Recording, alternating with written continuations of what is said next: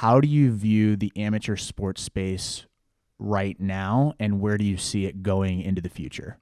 Our responsibility, and this is one of our owners always says this, is you're dealing with two of the most important things in a parent's life right now, their kids and their money. So you better be really, really careful to not screw one of those up. So our motto, and I hope a lot of amateur sports organizations take this motto, is it good for the game? Is it good for the player? And can we execute it? If it doesn't meet those three criteria within our group, we don't do it. Let's finish it. Yeah. Coming in, yeah. Flex, I just wanna win, yeah. LABB, who we running with, yeah. 2233, I'm on 10 again, yeah. State your name. What is up, everybody? Welcome back to another edition of The Closing Pitch. My name is Spiker Helms, and this is a show about people, culture, and how to create a winning lifestyle. Dave, you're back. I'm back, buddy. Back in action? I am. How was the COVID? It was pretty boring. This was your third time being in quarantine? Second time. Oh, second time. Second. How many days of quarantine have you officially? Too dang many. No, like how many? Probably like 3.5, 4 weeks. Holy cow. Yep. So you've watched everything on Netflix, Too many HBO Netflix. Max, Yeah. and I got Disney. no more shows. You started going down the Family Channel route. I got and getting into Disney Plus. nothing left. I had no more podcasts to listen to. I cut down a tree in my backyard. I got real bored. Guys, in this episode, we have a special guest. I'm very excited about this. And how this started out was there's a new app out there on the App Exchange, which is Clubhouse. And I started seeing some tweets because I'm big on Twitter. I love reading. I'm big on the investing side. I follow some macro investors, and people started talking about this new app called Clubhouse. And I was like, what is this? And then I signed up for it, and it was like back in Facebook days where Facebook you'd have to get a requirement for someone to bring you in. Yeah. So it was like an exclusive club. And so I'm trying to figure out, like, how do I get into this thing? And then Brandon, out of random, comes in and accepts me into the app. And I reached out to him. I was like, hey, what's this app all about? What's going on? And then he was very excited about it and started explaining it to me. And he's like, hey, there's different types of communities on this thing. And for people that don't know, we are using an app called Anchor for our podcast. And that was the original social media audio platform. So like basically what you do is you would go onto this platform, and it was like Twitter, but for audio. It didn't really work out, wasn't very functional, and it took forever to listen to threads. So Anchor went into the podcasting route, and here we are. Now Clubhouse is very interesting because it's like Brandon, what would you describe Clubhouse as? I describe it as a social media platform combined with talk radio, where you actually, and podcasts, but the nice about Clubhouse is you actually have an opportunity to contribute. So it's almost like listening to a podcast. You can raise your hand and they can select you as a speaker, and you can jump into the conversation and ask a question. It's very new. I've been on it for a few weeks, and I was on it and I got the notification that it basically says Spiker Helms just joined Clubhouse. Would you like to invite him? And I think you get one invite every couple of weeks. And I knew you were a like-minded baseball guy, and I was like, yeah, let's get Spiker in here. And I know you're big on social media. And, a week later, we hosted our own room. It was small, but I think there's a lot of value in people being able to listen in the room, but have an opportunity to share ideas. Which was really cool because we had a couple people come in, and then they would jump in on like real estate. I like real estate. I don't know much about it. And we're going to go down this route because you're big into that investment vehicle.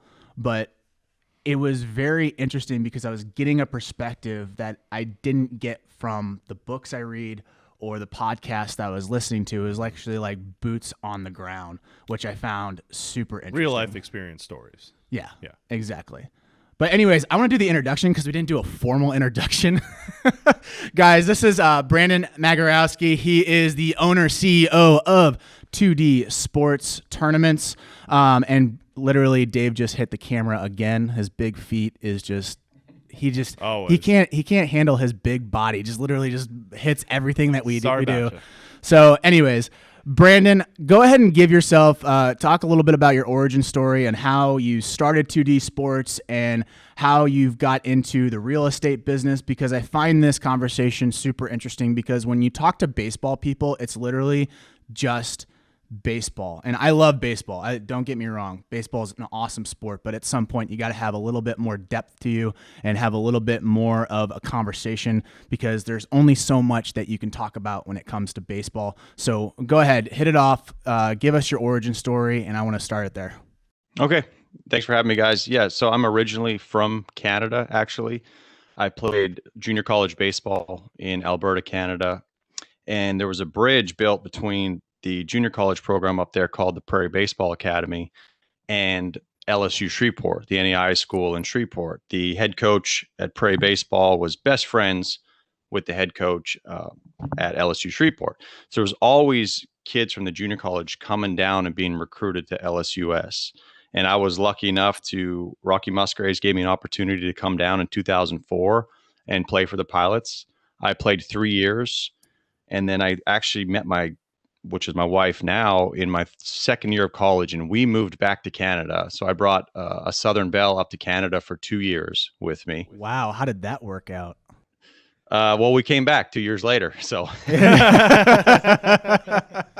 it was great. It was a, just like when I came down, it was a culture shock when she came up. And most of it has to do with the weather. The people are great wherever you go in the world, but the climate's completely different.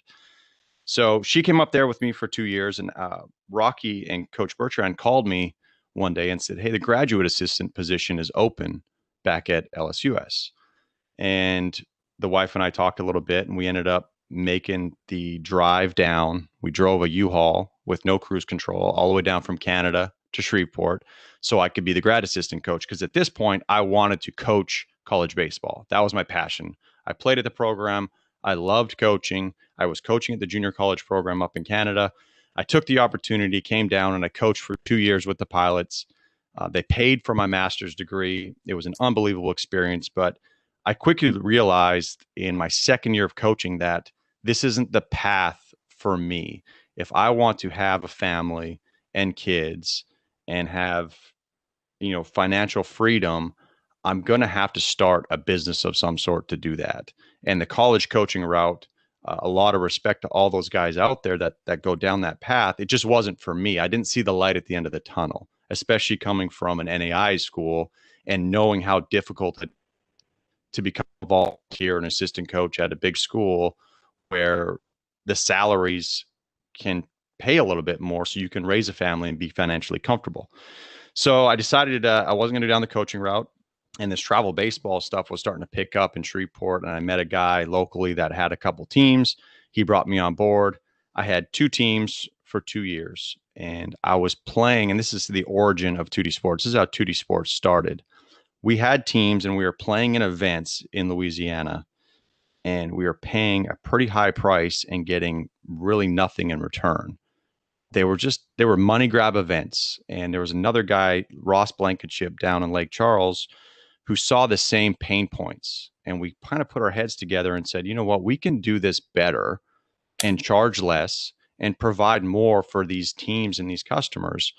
And fast forward, 5 years, we're now in 12 different states hosting 100 events a year, which started as 5 events in one state. And our main purpose was to just do it better and provide more value than what was out there. What would you, the term is always used in youth sports, money grab. What would you define as a money grab? Overcharging, and not providing anything once the tournament begins. So if you're charging $1,000 for an event and you're promising A, B, C, and D, well, number one, you better deliver on A, B, C, and D, and maybe even more. You need to underpromise and overdeliver on events. Everything was an overpromise back then. It was, hey, there's going to be 15 colleges there. Hey, we're going to do this. We're going to do stats. We're going to do this. We're going to do this. And then you get to the event and the umpires are unprofessional. There's a delay or a rain delay, and you have nobody to call. You don't know who the director is. They've got your money now, and you're forced to play. You don't know the rules. There's no website to really go to look at things, to communicate. And we just went through that for a whole summer of all these guys over promising me, my parents, and my players. And I just, Ross and I just sat in a hotel room one day and just came up with how could we structure this to create a culture where we can provide value, but we're not going to lie to people to get them to come play in our events. We're going to tell them what it is, and we're going to slowly get better and better and better at it and create a following of like-minded people that want to play in really, really competitive events where there is exposure for their players. But what we didn't do early on, we didn't promise 20 colleges there because we knew that wouldn't happen. It was the colleges were getting spread so thin across all these different events. And, and I know as the number of teams grew, the talent kind of got dispersed amongst these teams. There was no longer this elite A team that was just taking over the state. There was 6 teams within an organization. It was tough to decipher which players were the better players within the organization. So we went in and we invited colleges and we told teams that, hey, we are going to invite colleges out. We're going to tell them who's coming. And if they come, we're going to give them a roster packet. We're going to introduce ourselves. We're going to try to get them to come talk to you. And people appreciated the fact that we weren't lying to them about what they can expect at the event. We actually tried to over-deliver what we were promising. I find that as a huge issue because it is very hard to get a college team to an event because, again, there's only so much time in a summer and there's only so much bandwidth for a budget standpoint to get to those locations. Mm-hmm. So like when you reach out to a college coach, how did you approach that from the very beginning? Did you cold call these guys or did you hit your own network? Like how did you approach that? So early on in Louisiana, we had relationships with the colleges in the state. So it was a matter of sending messages, emails, calls, texts to say, hey, we're hosting this event. I'm going to email you the list of teams that are coming. I'm going to try to get their rosters beforehand to show you what players are coming. And then it was up to the college coach to look at those teams and rosters and go, hey, I like player A. I need to go watch his game. The misconception with a lot of teams and parents is they think a college coach is going to come to a field and sit in the bleachers for 6 games straight and hope there's that comes across the field. That's not how they're going to operate. They're going to pinpoint which games they need to be at and when they need to be at them based off of what organization is playing and, most importantly, what players are on the roster. That's what the college coaches. That's their mindset. It's almost like a branding standpoint, which we're going to go down this route later on from a player's perspective, but like branding plays such a huge role that people don't even realize. Like, yeah, it's about skill acquisition and getting all that. Like I'm going to do a podcast here in the future on the priorities of recruiting, but it's funny how branding plays a huge thing because you just mentioned it matters on the teams that are in that event, obviously, but then also at a very micro level, it matters about those players who are in that event, which I find super fascinating. Well, and I'll give you a little background, Brandon, because we started playing in your events with our St. Louis group 2 years ago, correct? And our Jonesboro, Arkansas group run by Travis Flory, he had jumped in before us, a little bit closer to your general area of where you run tournaments. So I started paying attention because obviously his players were playing in your events. What drew me to 2D and obviously building out a relationship with you guys was, first off, the professionalism of your social media. You talk about the players at your events. I noticed right away something you guys were doing that now other tournament companies I think are kind of following suit was how much you promoted those guys from your events.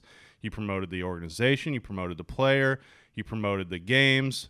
Everything was so professionally done there. So it enhanced the overall experience for the organization and the player. The player got some promotion. He felt like he was being acknowledged. Same with the organization. And you did it for everybody that was in that tournament. Like the people who were at your fields doing those events, they were good fields at good locations, good colleges, but your promotion was incredible. And nobody was doing it like that. And Bart, keep in mind, we were not in your events at that point. But that is 100% something that I thought was a separator as to why we wanted to jump in and become a part of that experience. Yeah, I appreciate that, David. And early on, we were going to master, when we first started this thing, we were going to master the logistics and communication of operating an event so that when a coach signs up, he knows what he's getting. When he shows up to the field, there's quality umpires, quality field, water in the dugouts, the scoreboard's on. And we did that for a couple years. And then we started noticing there's a group out of Texas called 5Tool.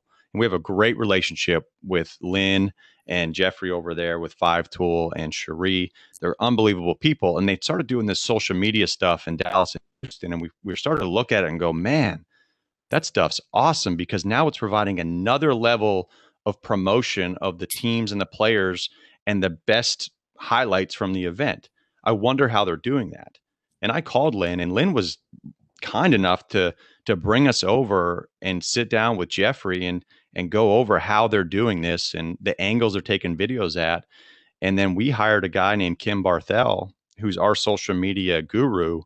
And the execution of the social media at events took us 1.5 to 2 years to finally execute what we did last summer. Because it's easy to say, hey, we're going to do social media coverage at the event. But behind the scenes, people don't understand how much logistical planning and resources it takes to execute that. There's a lot of work. I mean, I was at an NHL game before the cerveza sickness, and literally the NHL had 3 people, and one was the NHL, one was, I think it was the Predators, and I think they were playing the Predators. It was the Predators, and then it was the Blues.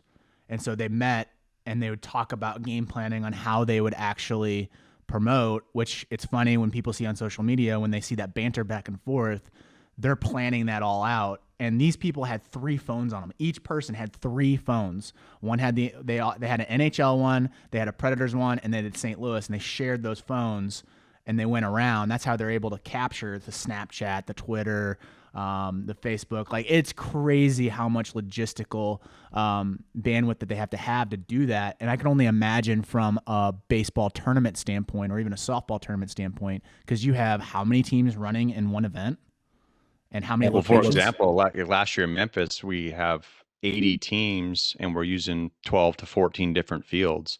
So you have to have a guy at every single field with the proper equipment and the proper training to understand what we're looking for video content. And then you have to have what we call social media headquarters, which is a guy sitting at home who's going through that video to see quality. And then he's going to find the kid's name, what school, is he committed? And so it's easy to capture the video, but just like all these professional organizations, the content you put out is the most important. The video needs to be clear. It needs to have, you need to have a plan on how you're shooting the video, what players you're targeting. It's just like you said, Spiker, there's a lot of planning that goes behind the scenes to shoot one game of social media coverage. We were talking about, because our national team went down to Fort Myers for that perfect game event, and Dave couldn't go because he had COVID. And so literally he was at his computer on Twitter and following the live feed that we did down on the field, but also following the box score and tweeting out. And I can only imagine, because we didn't even have a plan to do that, and it just naturally happened just because Dave caught the virus, and he ended up he was literally tweeting, and it was probably the best thing that we've done on a promotional standpoint and from a player standpoint, because you're able to put out the metrics, you're able to throw out the updates. And when you have coaches that are searching this stuff, and that's where they live. They live on Twitter right now. That's where they are. And if you're not on Twitter and you're a player, I highly recommend that you get on there, because that's where they're searching when they have free time because their whole community's there and they're sharing ideas on drills and game plans. And then, oh, by the way, there's a player. Why does this player keep on getting retweeted? That's so huge. So huge. Right. And a lot of people ask us, and they've asked, Five Tool and these other, I really attribute Five Tool to being on the forefront of this social media coverage and teaching us how to do it. Now, the execution, we're going to take credit for the execution of it because that's not easy. But people ask us all the time is, does this social media coverage really help? Are people really recruiting players off of social media? Well, the short answer is probably not recruiting and making offers off of social media. If I'm a coach and I scroll through and I see a kid hit a double in the gap at a 2D sports tournament in Memphis or in Louisiana, I'm not contacting that kid to give him an offer next year. However, if I don't know who that kid is and I'm scrolling, I see him run and round first and, bust a second and slide in for a double and go, oh, who's that kid? Let me circle that kid and see where he's playing next. So are they recruiting and offering people off of Twitter? Maybe, maybe not.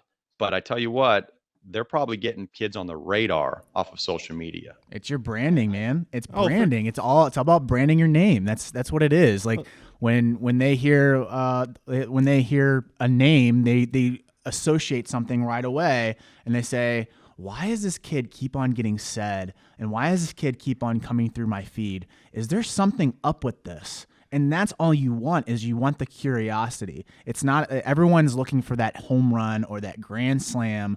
Oh, I got to get an offer right away. Like they're going to slide into my DMs and give me 70% ride because I just hit a home run at a 2D sports event. Like, no, that's not how it works. Like, yeah, you ran into one. A squirrel finds an acorn every once in a while and you just found an acorn. Now can you do it again?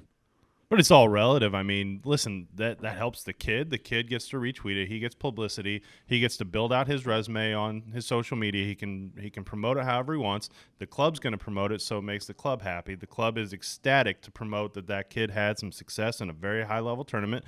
And then it promotes 2D to the colleges because they're on their feed searching. They know there's quality players, quality social media coverage, etc. So it that one single tweet, that one capture can literally help promote everybody involved. That's what it's about. I want to go down this amateur sports route, and I really want your thoughts on this. And how do you view amateur sports right now?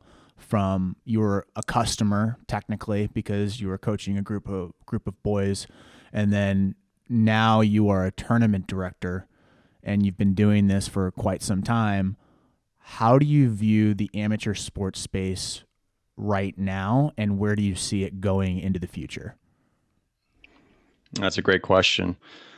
Right now, I see it, as we all know, it's growing at a rapid pace. And we said this 4 years ago that, holy cow, this thing's growing at a rapid pace. And I think it just continues to grow. And that's because it's the information age where there's social media and websites, all these platforms where everyone knows what's going on now in amateur sports. And that's what we tried to do with the 2D sports tournaments was like, okay, we think we're running a really good event. Well, the only people that know about that event are the ones attending it. And it's almost, how do you let everyone in the country know what kind of event you're operating, and to show the social media coverage and shoot out some pictures of the event and the results and the stats. And then it kind of opens people's eyes to, oh man, that's what's going on down there in Louisiana or Arkansas or wherever it is.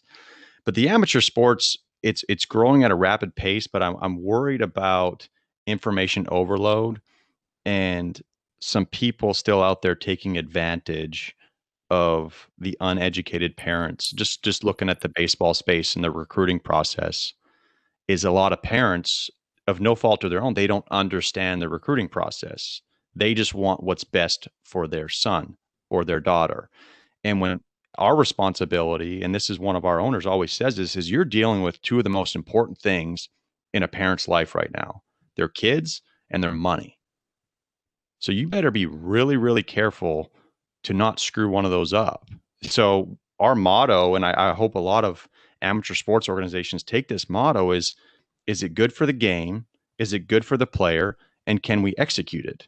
If it doesn't meet those three criteria within our group, We don't do it. And early on, we said yes to a lot of cool things in amateur sports and in our tournaments that, we think we can make some more money off of doing this, and we can partner with this person and this person. And then we backed up a little bit and said, hold on, let's go back to what got us started and what made us successful. And that's doing right by the game and right by the player. And now internally, after we meet those two criteria, we need to look at our resources and say, hey, can we execute this to deliver to these parents and these players? And there's still groups out there, and I'm not going to name them, but they're transactional. All they're trying to do is make a quick dollar in amateur sports. They have no long game in it. They just want to make a dollar in the next year and go, okay, that was cool. Let's see if I can make more money next year.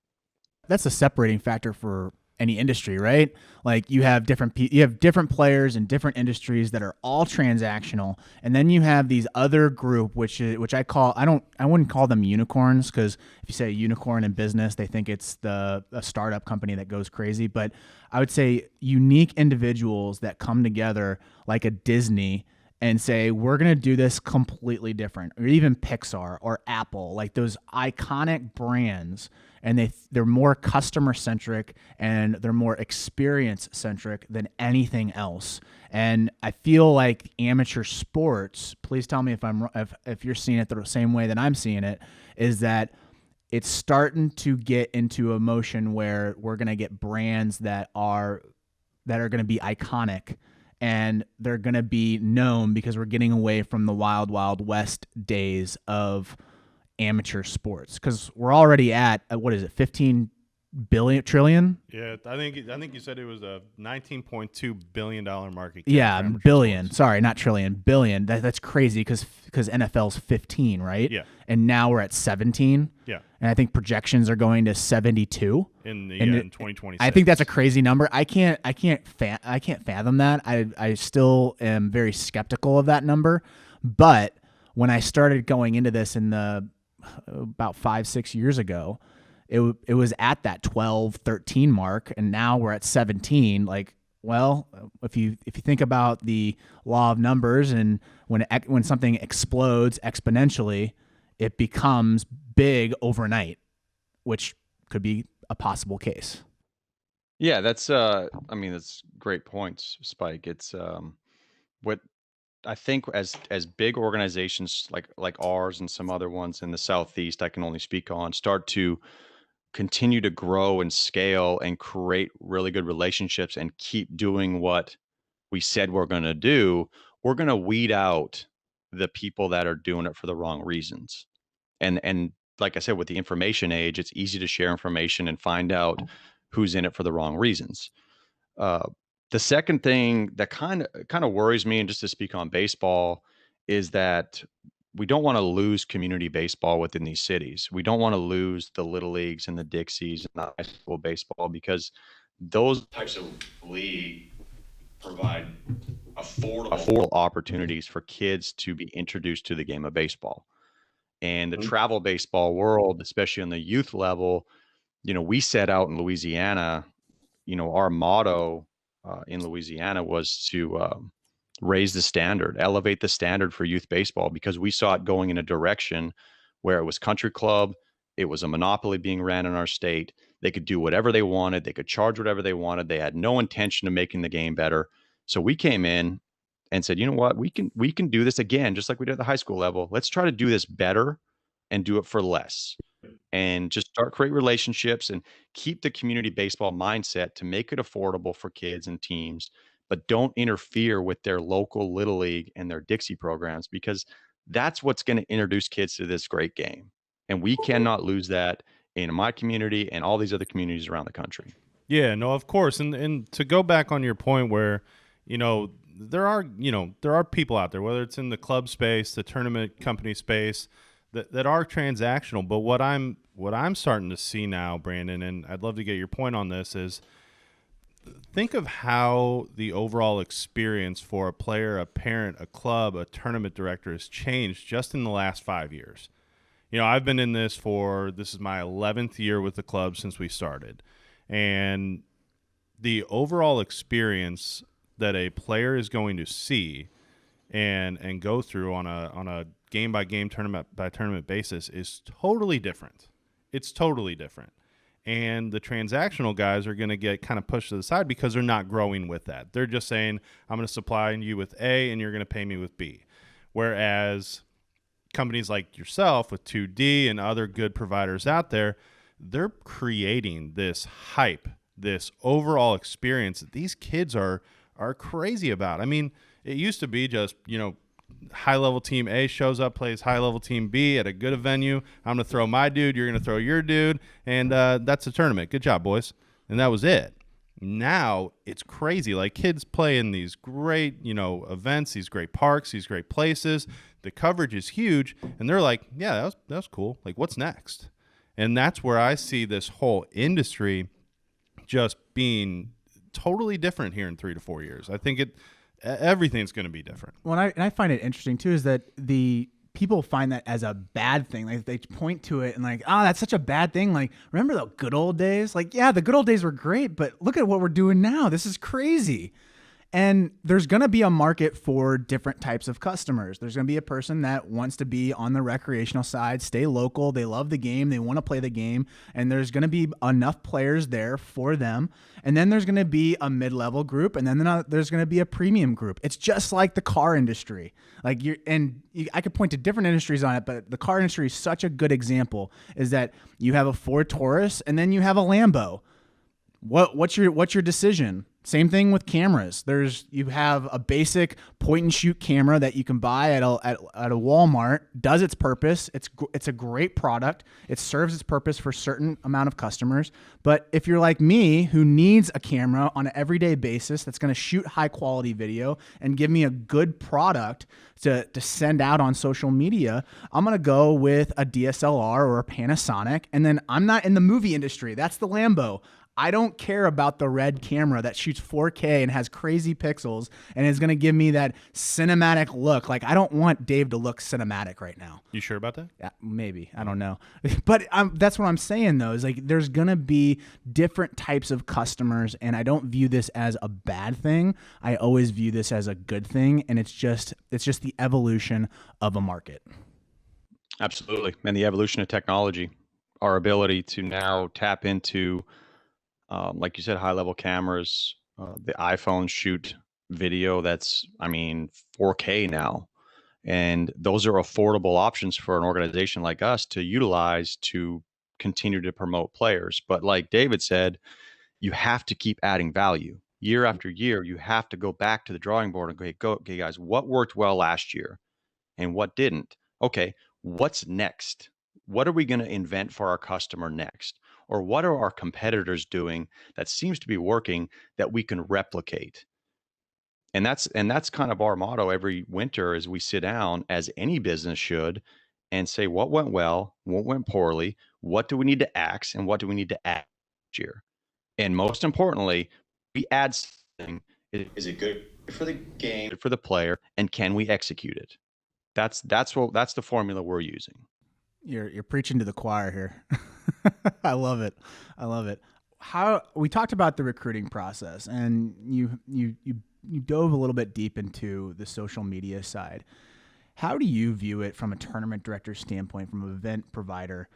How a person from point A to point B get from the high school recruiting, getting like, hey, I want to play at the University of Notre Dame, or I want to go play at you name whatever school it is.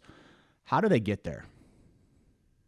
So my recommendation, okay, let me start here. Everyone says, if you're good enough, they're going to find you. And that's more true than ever because it's so easy to find players now because there's so much coverage going on about little Johnny. He can take a video of his swing in the cage and shoot it out and tag colleges across the country on Twitter if he wants. But I think what people are forgetting about is creating authentic relationships with colleges. If you are really want to go play at Notre Dame or whatever school it is, early on, try to create an authentic relationship with the coaches there. Go attend their camps and their tryouts. That it can't just be a blanket email that you send across the Southeast with a little video of yourself and go, hey, hope you like me. Because if you're not in the top 1%, you're probably going to go play junior college baseball, Division 2, Division 3, NAI, and that's fantastic because a lot of people take that route and they end up going to the bigs. But you've got to create authentic relationships and be authentic with your posts and your videos, and that give them a reason why you want to go to that school, other than the fact that it's a good baseball program. What do you want to take in school? What values does your family carry? What are your parents like? Like that stuff you got to separate yourself from the pack. Everybody wants to play college baseball. Everybody wants to go play at LSU. Of course they do. Well, what are you doing talent-wise to separate yourself? And then what are you doing with your value system to prove to these colleges that you're a great person and you will be an asset to this organization and you will come into that organization and leave it better than it was when you got there? And if you can separate yourself there, you may not get to LSU, but I promise you this, LSU might go, hey, LSUS or BIPSI or whoever it is, a junior college, you need to go look at this kid. He's not right for our program yet, but this kid has something going on. It goes back to the premise that we all live in tribes and communities, and those guys live in communities. I see it every time we go to the ABCA. Yep. This time we didn't have it this year, but it's on Twitter now. That's where they're living because they have their buds. Like, don't think that they're competitive. They want to compete with each other, but at the same time, they're friends. They have a group of people that they absolutely trust. And I'm sure you have the same thing with tournaments. You just mentioned it with Five Tool. Biggest, smallest network in the world, I think, is the baseball network. And it's probably true in other sports, but we only know baseball. So it's such a huge network that's so intertwined. We have pro scouts that come to some of our showcases. Is there pro prospects at these showcases? Maybe one or two. But guess how many college coaches that pro scout knows? And guess how many players those pro scouts feed to these colleges, whether it's a junior college all the way up to an SEC school. That's what the parents and players, I want you to understand, is that even if a pro scout's in attendance or an SEC school's in attendance and you're not a fit for pro baseball or SEC baseball, those two guys know probably a dozen other coaches in the area. And if you perform, they're gonna contact those coaches about you. I've always said that the pro scout seeing you and then giving recommendations is literally like Willy Wonka sending you the golden ticket. Yep. You are made, and you have a brand now behind you because you have a testimonial from one of the highest caliber people out there. And if you're able to get it, you're made. You're going to end up being a college player because that word of mouth is huge. And again, it takes you have to be talented to get that branding and that testimonial. Brandon, what do you think your job as the tournament provider is in terms of building out relationships with like colleges, with college coaches or pro scouts? How do you see your bridge there? What's your guys' job? So our job is to inform these colleges about what we have going on with the events, who's coming, where the better events are, where the talent pool is, what the social media coverage is going to be like. We're coming out with new player profiles this year. So it's our job to inform these colleges of what's happening at our events. So a week in advance, we'll send out an email to all the area colleges about our tournament in Lake Charles and be like, here's who's coming. You can go online, you can see the schedule. Here's our mobile app. And we also encourage all the travel clubs to reach out to those colleges as well to create that network. So if we're pushing the information to the colleges, and then you have a club team that's coming to play in our event, and you reach out to those colleges and go, hey, I've got player A, B, C, D, and E coming, the likelihood of that coach coming is amplified tenfold. But if it's just us sending information and the club's going, well, I don't really know that coach. Hopefully he comes and watches our players. Those coaches want a relationship with you as a club owner to be like, okay, who are your best players? Cool. 2D Sports is sending me information, but you know your players better than anybody. Who are the top uncommitted prospects? Let me know who they are. Let me know when you're playing. Yeah, but the most importantly thing to these clubs, don't lie about your players, because it takes one time for you to tell a coach that the player is at this caliber, and they go out of their way to come watch him, and he's not even close to what you said it was. He's probably not going to come back. So just be truthful, be honest, but inform colleges in your area of your players. And that's what we value as a club in terms of the tournament providers that we choose to play with. I always view it as a dual relationship. We have to do our job. We have to promote our players through our different mediums. We have to talk, be honest with coaches, create those relationships. But then we also look for the tournament providers that are going to do equally the same. That it's not just show up at this venue and play against the best teams and good luck. It's literally who's going to help us, who's going to be there and help that relationship build further. And that's something that I'm encouraged with, that I'm seeing from tournament providers like 2D and other guys out there, that the coverage and the relationships being built and the trust that there is with these colleges and pro scouts, that's all I need to know when I choose where we're going to play.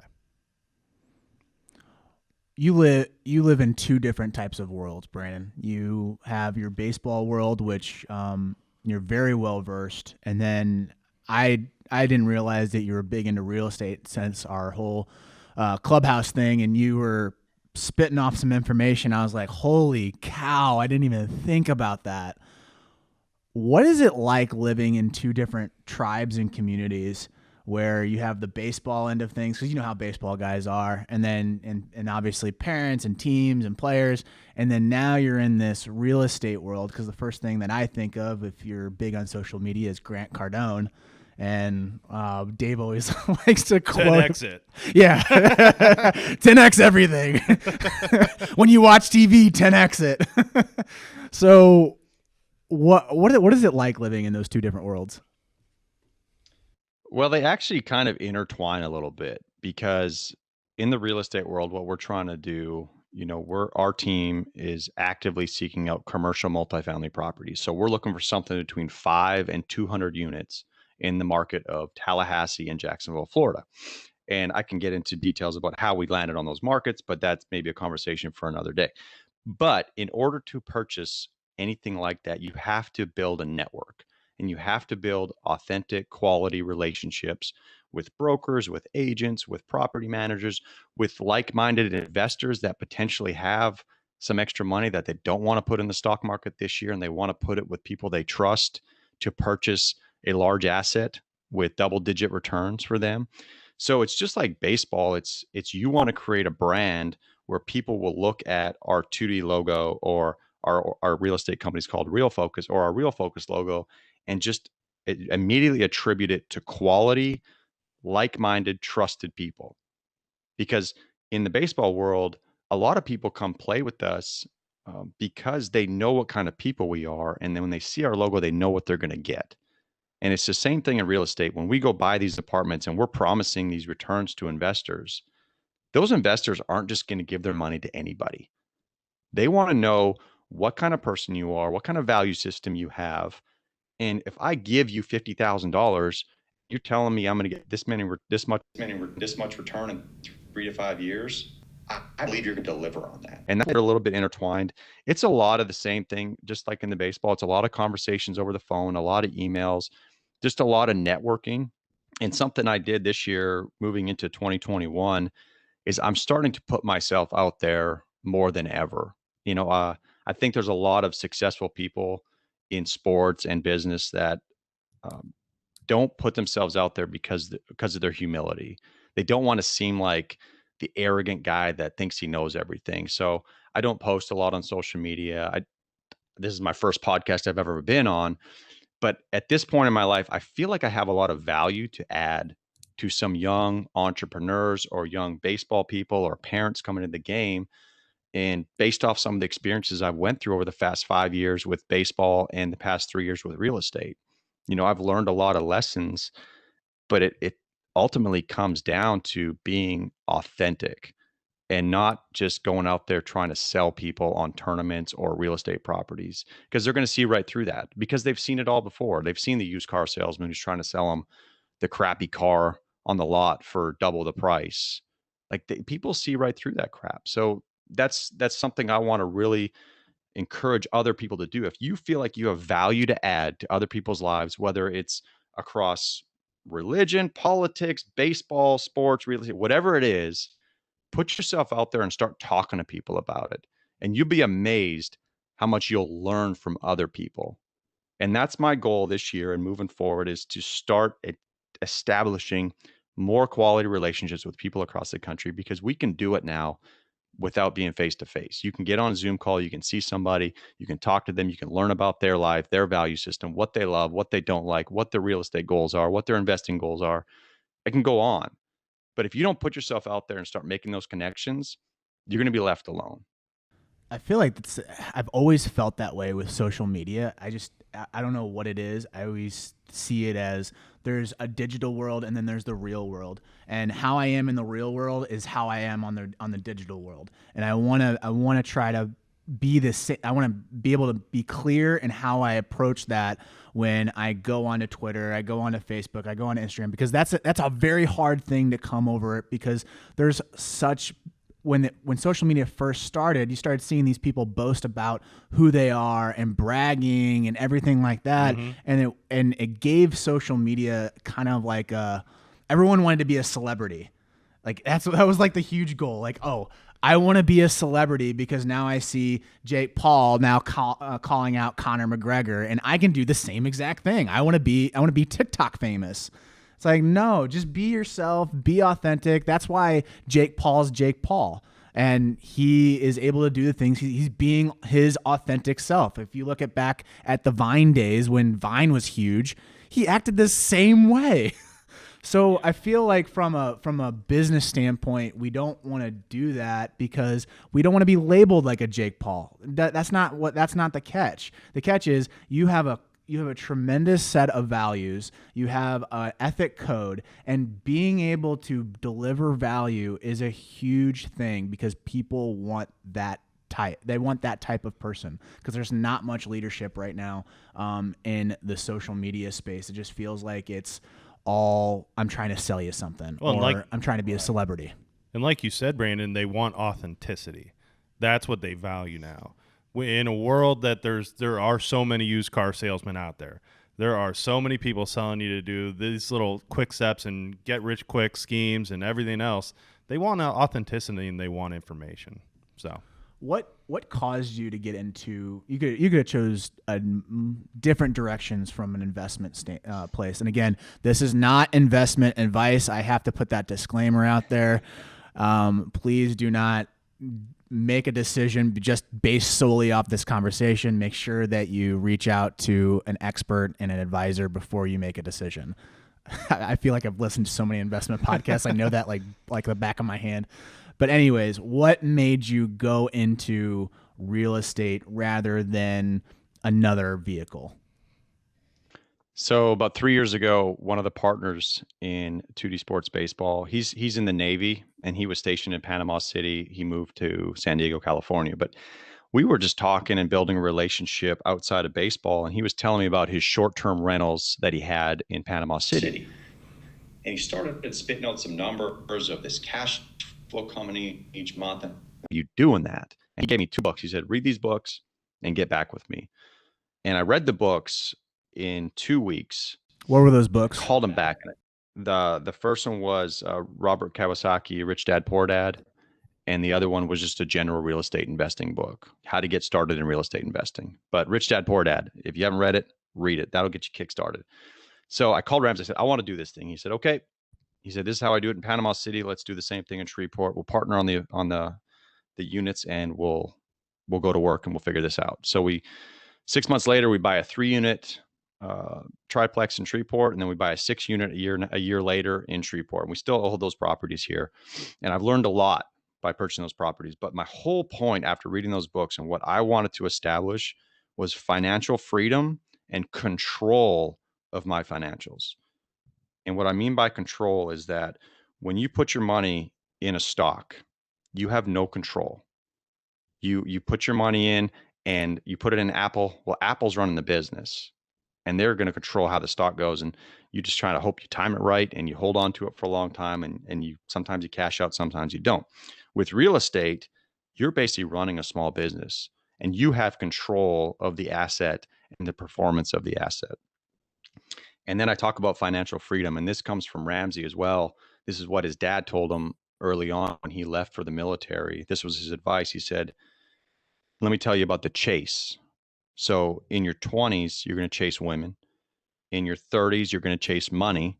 In your 40s, you're going to chase the kids around and you're going to chase them out of the house. And in your 50s, you're going to chase lost time. And I look at someone like my dad and my whole family as they work a 9 to 5 for 35, 40 years. And they put their money with a financial advisor in mutual funds. And they just hope that it goes up so that they can retire when they're 65. I want, when I'm 50, to be able to go to my kid's game whenever I want, to go on vacation whenever I want. And the only way to do that is if you have cash flow income coming in each month higher than what's going out. So you need to have income that's coming in that isn't W-9 income. It's not 2D Sports Baseball salary income, because 2D Sports Baseball could go away in a year. We were a pandemic away from being in a real bind, along with a lot of other organizations around the country. I mean, what if they shut down the whole country and all the baseball fields?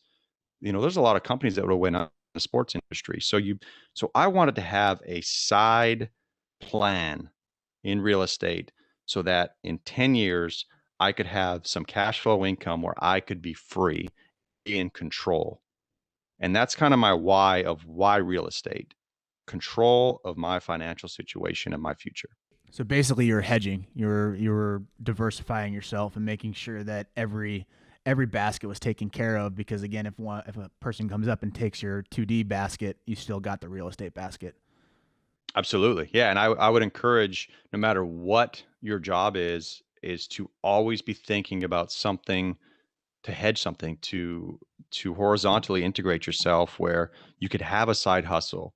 But the only way to do a side hustle is to network and to create quality relationships with like-minded people. And that's how opportunities happen. That's how the real estate happened. Ramsey wasn't just going to partner with anybody. He had to know that he trusted me and that I really wanted to do real estate. So he gave me 2 books and he tested me, said, read these. And I did. So if you're going to do a side hustle, start thinking about the relationships you have in your life and how you can expand those relationships and create more opportunities for yourself outside of your W-9 income. I also find it interesting with side hustles, because you hear that a lot. If you're in the social media space, Gary Vaynerchuk talks about it all the time, and it almost gets to a point where it's like, all right, I get it. Stop talking about the damn side hustle. But people go towards the trends. Like they say, the big thing was garage selling and making sure that you get the right thing and then sell it on eBay and do a quick flip. And so then everyone started doing that. I always find it to where go to the place that no one is thinking about at that specific moment. And you might have to think about it. It's so easy when someone says, oh, you should get into selling items from a garage to eBay and make the flip, or let's sell baseball cards, or right now the big thing is crypto. Like I'm huge on crypto, and I've been huge on crypto at a very, very early on. And now it's starting to really hit its stride, and it's going to keep hitting its stride. But now everyone's going to jump in on that. So I feel like you got to think about it. What is the expert thing? Because everyone can be an expert in a certain category. What is the thing that you know that no one else really knows? And it's common sense to you, but it might not be common to everybody else. And that takes a lot of bandwidth and energy, thinking things through and actually writing down that thing. And I feel like with going back to a baseball standpoint, a lot of baseball players aren't self-aware of who they are, as what skill level that they have that no one else has, that they don't realize it.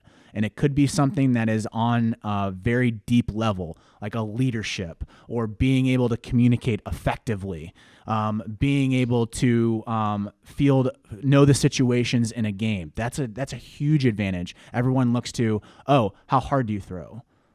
How far can you hit the baseball? That type of stuff, which I think if they just sat back down and be like, yeah, Jimmy throws 95, but hey, I've got the leadership capabilities. There's going to be a college coach that's going to want me in there. Look at Tom Brady. We're in the NFL playoffs, and Tom is still in the playoffs at 43, 42. 43. And his greatest attribute, now it's actually being exploited, is that the Patriots are out. They had a lot of problems.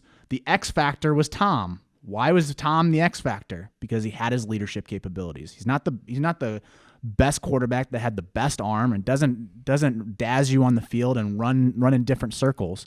He just is very good at execution and leadership. And there's a huge value for that.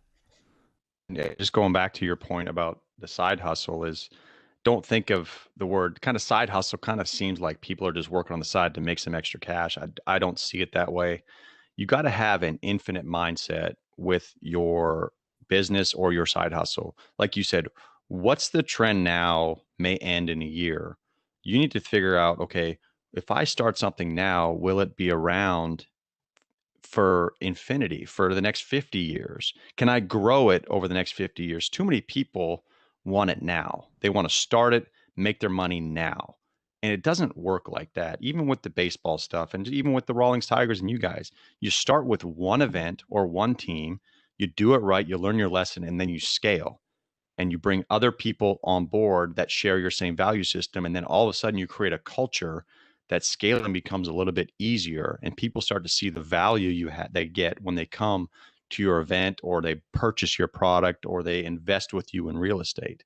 We may never in the next 2 years buy a 50-unit apartment complex in Jacksonville, but I have an infinite mindset that one day it's going to happen, and I'm going to enjoy the process and continue to network with people on the daily basis to inform them of what we're doing and see if I can help them with what they're doing. How do you manage all this? Because you've talked about books that you've read, you control and with your partner and obviously with 2D, and you create really good events. You have a social media presence from your company that is unbelievable. And then now you've gone into this real estate route and you're talking about managing 4 doors, 50 doors, 200 doors. How do you do it? Because you only got 24 hours in a day. Yeah. Well, the short answer is you build a team of like-minded, like-hearted people that believe in your culture. And it starts with one person. It's with me and Ross sitting down and going, hey, man, this is what we need to do with the baseball tournament world in Louisiana. You're thinking this way. I'm thinking this way. This is going to be a great partnership. We both have a passion for this, and we did it. And on the way, we grabbed other people that were like-minded. We grabbed a couple owners to say, hey, man, I know you want this to be better in this state. Come on our team. And then we create this culture within our organization that, again, helps us scale. From a personal standpoint, managing, I've got 3 young kids, 3, 5, and 7, 3 boys. You got a marriage to take care of. You got a 2D sports responsibilities, and then you're trying to do the real estate as well. And yeah, it sounds like a lot, but 24 hours in a day is a lot of time. The problem that people have is they waste the first 3 hours of the day because they wake up at 8 o'clock. There's one book that is the most important book I've ever read. It's not a book I've ever read. It's called The Miracle Morning. If you haven't read it, you need to go read it or listen to the audio version. Okay.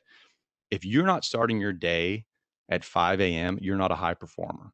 Starting your day at 5 a.m. So I'll just give you my morning. I get up at 4:45. Okay. I am sitting on my couch with a glass of water. I sit in silence at 5 o'clock for 5 minutes. I meditate for 10 minutes. I stretch for 5 minutes. And at that point, that's when I go to my computer. And then I start working through some of the emails. I plan my day out. This all happens before anyone gets out of bed in my household. And that, if you truly want to be a high performer and get to the next level, you need some of your own personal time, and it needs to start in the morning. And that's why that book, it's changed my mindset, and it's really changed my life. Was it easy? No. The first 2 weeks sucked. Just like when you hit a squat rack and you can't walk the next day, the first 2 weeks suck. But once your body gets used to it and your mind gets used to it, now it's natural. I never hit the snooze button at 4:45. I get up, I do my routine, I get in front of the computer, and I go take my kids to school when it's time. And that's how I manage it, because those 3 hours or 2 hours to start the day, that's a lot of people miss those hours. Are you big on reading, like content wise? Like what's the content that you consume the most, and how do you manage that consumption, because we can get kind of lost away into that. I think that's a huge time waster for a lot of people, especially for baseball players, because again, there's a lot of principles in the business space that can be applied for a teenager or a baseball player, and being able to execute on what they want to do and get to the school that they want to get to. On a consumption standpoint, how do you manage that? Because we can get stuck on TikTok like crazy. Like, I don't know if you have that app. That app is the devil, and it literally can get you consumed for like a good 30 minutes. Yeah, and I get into my rabbit holes on Twitter, start reading some comments it's just part of, I think, everyday life you get on the social media platform. But for a reading standpoint, Spiker, I don't read stories like these fictional books, or I read leadership and business and financial books. That's what I read. And I don't read a ton. I used to never read. My mom makes fun of me all the time. Like, I hated reading. But 3 years ago, I started, listening to some podcasts about these high performers and every CEO in these big, big companies, they read like a book a week or a book every 2 weeks. And so I have a passion for finance. I have a passion for leadership. And so those are the books that I go and I try to read one a month is what I do. And on top of that, I listen to podcasts when I'm driving. I try to read blogs and articles as they come across my email. But sometimes, time gets away from you and you don't have opportunity to do everything in a single day or a single week. But my mentality is I just want to move the needle each day. So we all wake up and we wake up feeling great. Well, it's easy to have a great day and do a bunch and be really productive when you feel great. But what are those days when you feel like crap and you're just not motivated? Those are the days where you can outwork your competition and do things that they're not seeing and just move the needle, whether it's calling somebody, reading one chapter, listening to a podcast. It's easy to have a great day when you feel great, but you got to move the needle when you're having a crappy day, whether you're a player, a businessman, a dad, whatever you are. That's just, don't waste a day. There's an entrepreneur that we follow. He's here from St. Louis. I'm sure you've heard of him. His name's Andy Frisella, and he's created the 75 hard tactical plan on how to change your life. And I like that plan so much because it goes back to my junior college days where it was literally the JUCO bandits. And our coach would always tell us, because in junior college in February, you don't have this luxury dugouts. You don't have a heater. You're literally out there in the cold, in the rain, trying to figure out how to win, and it's windy. And he said, the real men show up on this day. And it was like a macho, like Spartan type of thing. Like, let's go get it. But it's so true, because at that moment, you have the person that like, oh man, that guy's really good. But then his skills go completely sideways because he's so caught up in his mind. And like, man, it's cold out here. It sucks. It's windy. Why aren't the umpires calling this? Oh my gosh, coach is pulling out the tarp. He really thinks that we're gonna play this game.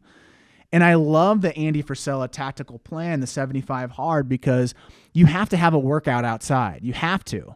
And no matter if it's freezing cold, it's rainy, it's windy, or if it's sunny, you have to figure out a way to get yourself out onto that street and work out, whether that is doing sprints for 45 minutes, running for 45 minutes on a light jog, walking, anything, because it creates that mental toughness that a lot of people don't create. And I take it for granted because as an athlete, we were pushed to the limits from our coaches.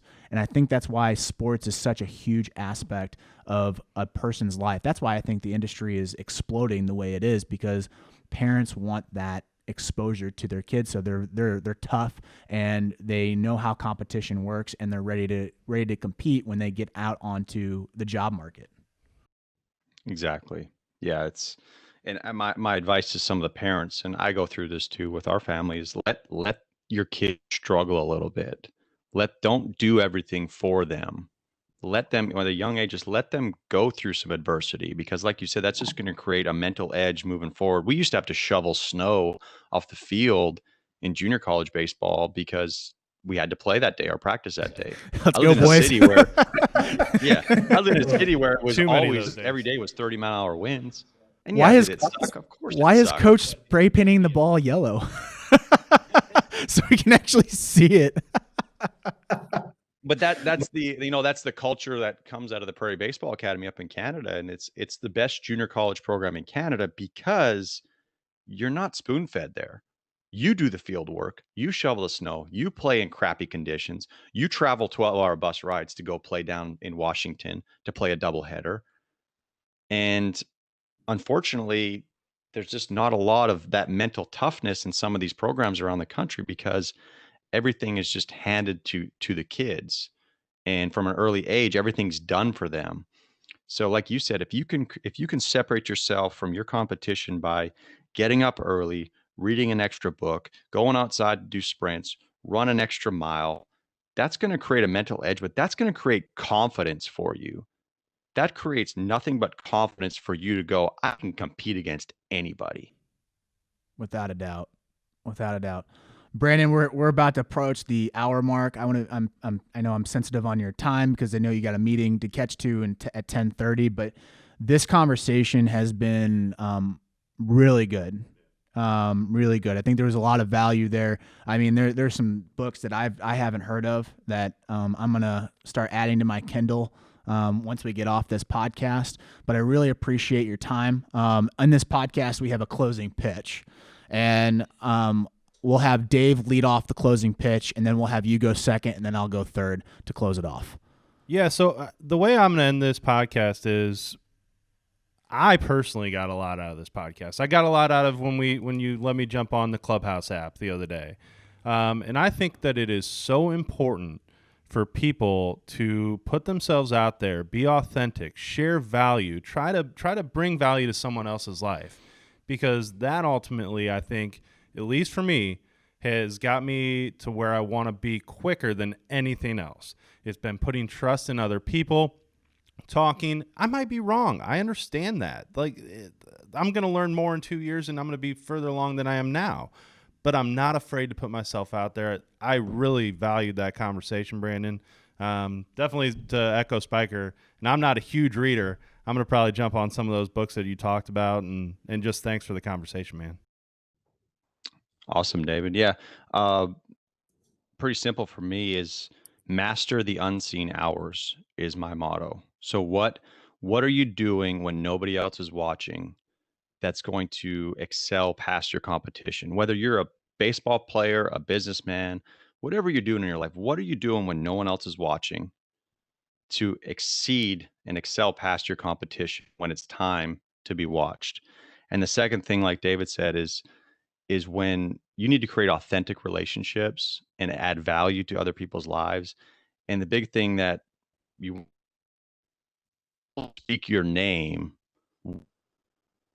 think about it. Number one, do they even know who you are? Number two, if they do know who you are, what's the first thing that comes out of their mouth? And that comes back to your personal brand. So Spiker touches on everything's about branding, right? When you see a brand, this is what you think about it right away. Well, when they see the name Spiker Helms or Brandon Magierowski, what do people say?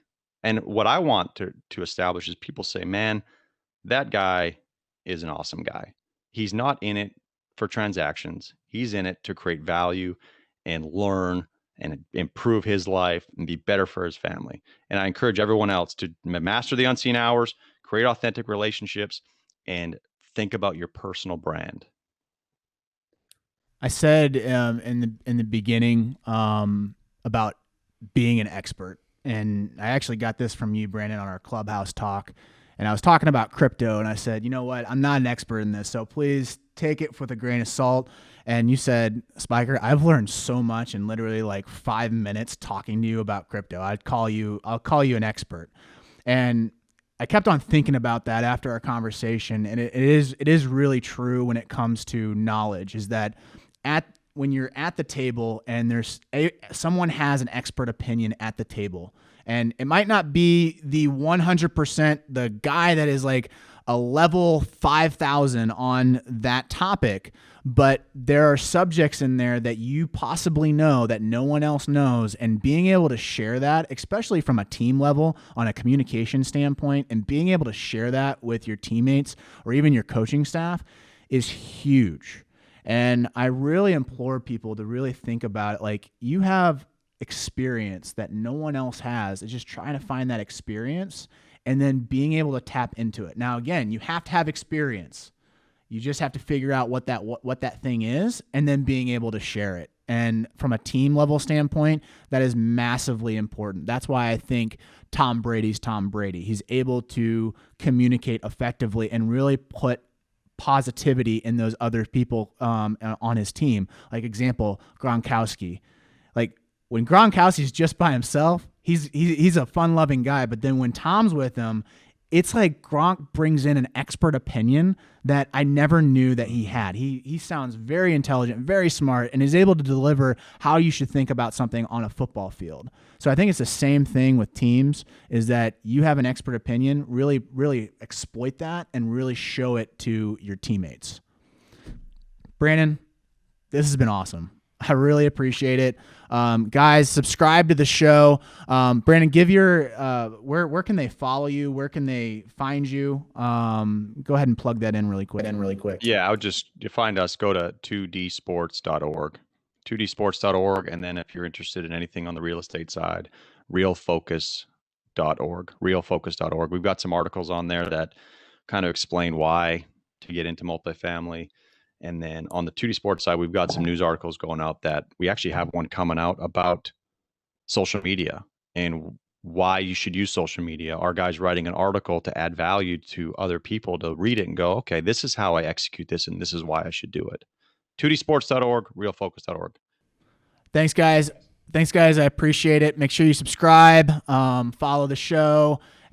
Give us a comment in Apple Podcasts. Those comments are huge. Those reviews are huge for us. It helps us get in front of more people. Also, we like getting feedback from you. If you don't want to give a review and you want to give us some feedback or want to start a conversation with us, my email address is spiker@rawlingstigers.com. Dave's as dberkby@rawlingstigers.com. We will catch you in the next episode. See you guys. See ya. Thank you for watching or listening, or both, to The Closing Pitch. If you would like to get your closing pitch featured on the show, we use a podcasting app called Anchor, where you can submit your statement or question via audio. Or what you can do is comment in the comment section of this post. We also accept direct messages. Please give us the A-OK if you do send us a DM to use your statement or question on the show. Last thing, please give us a review on your platform of choice. 5-star preferably, and we value your opinion, and this allows us to reach more people. Thank you for listening, and we will catch you in the next episode.